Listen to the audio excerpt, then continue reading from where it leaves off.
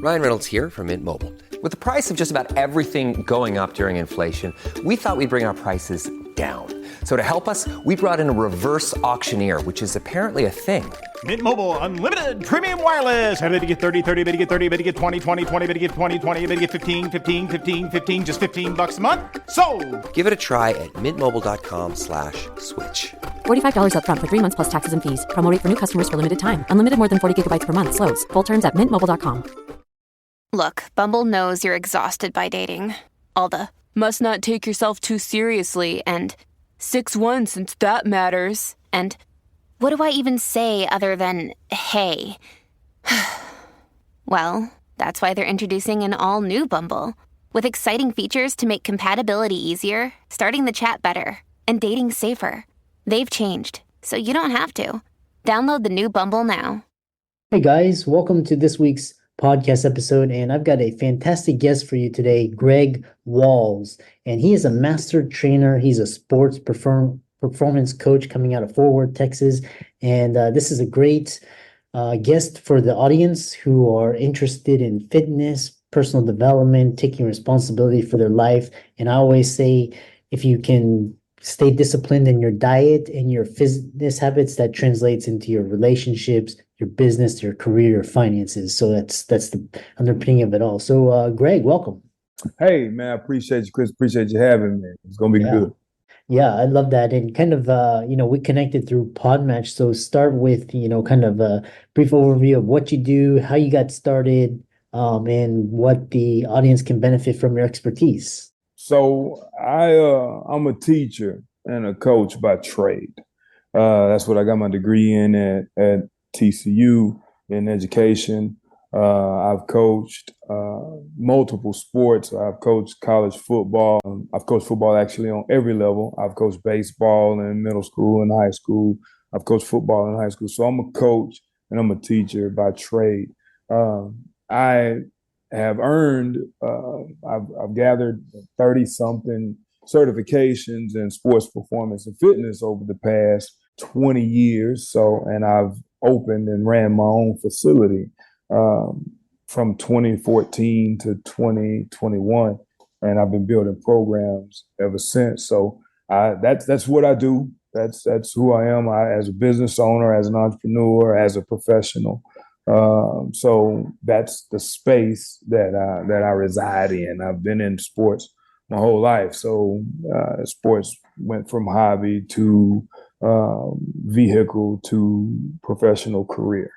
Yeah, and I really love that. And so kind of talk about so like a lot of people, they like say a lot of people, friends, colleagues of mine, they started out because they had like ADHD or they couldn't sit still, but then they got into sports and all of a sudden they start to excel, not only in the sport, but also in other areas. So talk about, why sports is such a good training ground for discipline and mental health and all of that. Well, it all depends on what your purpose is. Sports to me is it's the avenue. It's the vehicle. It's the tool. For some, it can be a springboard. It can elevate you and take you to places that you probably wouldn't go or see without it. For others, it's recreational, or it's an opportunity to see where you stand amongst your peers or amongst competition, or your curiosity and your abilities. So it really depends on how you view your vehicle.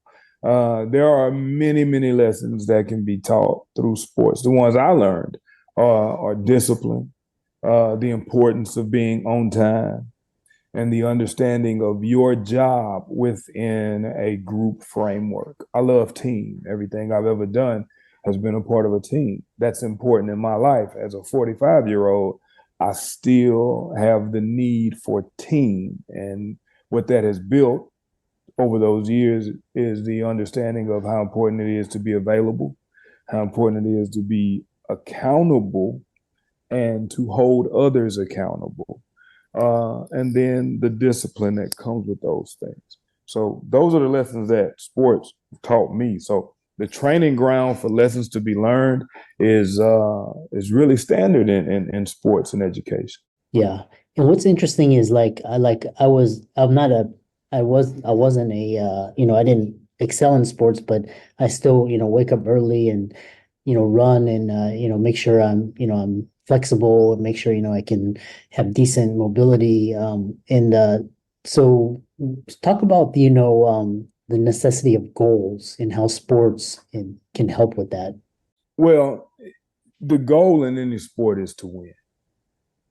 Competition is the ground and the goal is to win. And if you're playing for any other reason, then do something else. And that's just the truth. Like competition is the standard or the framework for sports. And the goal is to win. But you set goals within that framework, and that's important because you have to work towards something. For example, all sports have beginning and end dates. So you know when you're working towards and what you're working towards. And then over that time, you get to figure out and find out how to get to that goal. But the truth of the matter is the goal in athletics is to win. You play to win the game. I think Herm Edwards said it best. And if you plan for any other reason, then you're doing it the wrong way. That's why championships are so important. That's why to be the best, you got to beat the best is so important. That's why competition is so important. And, it doesn't really matter to me, the sport. That's why people get paid so much money to compete and win. You don't get paid to just show up. In fact, in professional sports, they'll pay you to go away if you're not winning. You'll make more money to go away by not winning than you can sometimes by winning. So that's how important it is. So goal setting, to answer your question, goal setting is the standard for athletics. So that's the first thing that you should learn. Yeah. Yeah, I love that. And it's like kind of like what's it called? It's like a metaphor for life. It's like, you've got ups and downs, think long term. I train with Olympic athletes, and they go to these workshops where they talk about intentions and settings and values and clarify, and it also mindset. So talk about it starts between the ears. That's so important. So let me ask you a question. Do you have a purpose for everything you do? I try to. I hate to sit around and just stay idle or just wander around aimlessly. I always have to have a direction. But you also have a purpose for many things you do. Like you're going to have a purpose for certain things. Like you go to school to graduate, right? Yeah. You play this. You go to practice to try to win. You go to job to get paid, and then some of us take it a step further. But anything that's ever been done was thought about first. Anything that's ever been created, anything that's ever been set up, it was thought about first. Even if somebody did it without thinking, that was thought about first. It starts right there. So then it's how you think about it. And what I've learned is, in my experience, the less I can feel about what I think, and the more I can think about what I feel, the better it is for me. It's hard to make quality decisions if you feel sad or you feel bad or you feel overly excited. You're going to make decisions based on feeling. But if you think about it, if you let it start in your thought process and what's actually there and what tools you actually have to work with, then it'll allow you to add a positive emotion or some real understanding or some clarity in that thought. So for me, anything you do starts with the thought first, whether it's a good thought, bad thought, positive thought, negative thought, it doesn't matter, and we can feel how we want to feel about it. But anything that's ever been created, anything that's ever been done, anything that's ever been tried, it started with a thought. And then it continued with how we thought about it before we acted on it. Yeah, very powerful. And then it's also how you can reframe emotions and then how you frame perceptions and thoughts around those emotions to achieve the best outcome. Kind of another question is, let's say, for example, a lot of the audience, they're not going to be Olympic, they're not going to be professional athletes. But so talk about in this cohort how fitness and goals is still relevant to them as it is to athletes of the highest caliber. Absolutely. What we try to help people understand is really about what you're trying to get from it. What are you trying to get from some people train for confidence. They want to build confidence. They may be in the third grade and their parents want them to at least have an understanding of what they're getting into and be confident about how to do it. So that's where we start. You have to start there. They have a different goal. I want to be an Olympic figure skater. You know what? I get that. Now, here's the reality of that. Most people will hear that and automatically put you in the category of, that's going to be hard to do it. Only a few people in the world get a chance to do it. You're too young. So all of those feelings, bring about the thoughts. But let's look at the reality of the situation. Now, I think the age to be able to compete in the Olympics is 16 years old, I believe. It's either 15 or 16, something to that effect. Either way, it's young. So in order to get your 10,000 hours, you need to start young. So it makes sense to have that goal young. And now you've given yourself an opportunity to accomplish that goal. Now, really, all you need is time, right? And to become a master or an expert at anything, it takes repetition and understanding. And to get repetition and understanding, because the Bible says, regardless of what I like to use the Bible as a reference, not because of beliefs, but because of the information in it, to be quite honest, regardless of what you believe. Proverbs says, in all thy getting, get understanding. That's a great statement, because if I understand how to do it and I put a lot of time in increasing my skill, the reality is there's a real chance that I could compete at that level. Saying all of that to say, it really depends on what you're trying to get from it. So if I'm a young person who just doesn't want to be embarrassed, how much time I got to give you the information you need to build confidence? If I'm a young person that wants to compete at the highest level according to that age, how much time do I have to give you the skills in order to increase your confidence, to get the repetitions to do what you need to do? Because that's the design. That's school. That's why school is designed the way it is. We're going to give you 12 years to get these basic skills based on this starting point. What you do with that is based on ability, what you do with the time that you have, and how quickly it takes you to increase your skill. I'll give you a real example. Steph Curry. Steph Curry has been shooting a proper jump shot since his father, who was one of the greatest shooters in the NBA history, taught him how to shoot that jump shot. Well, it just so happened he learned at a very young age. So why not 25, 30 years later, he wouldn't be able to do that based on all of those reps, the ability God gave him, and how he increased his skill over time. Yeah. That's real. Regardless of what people say and how they feel, well, he was just gifted. True that. And he was a talented guy.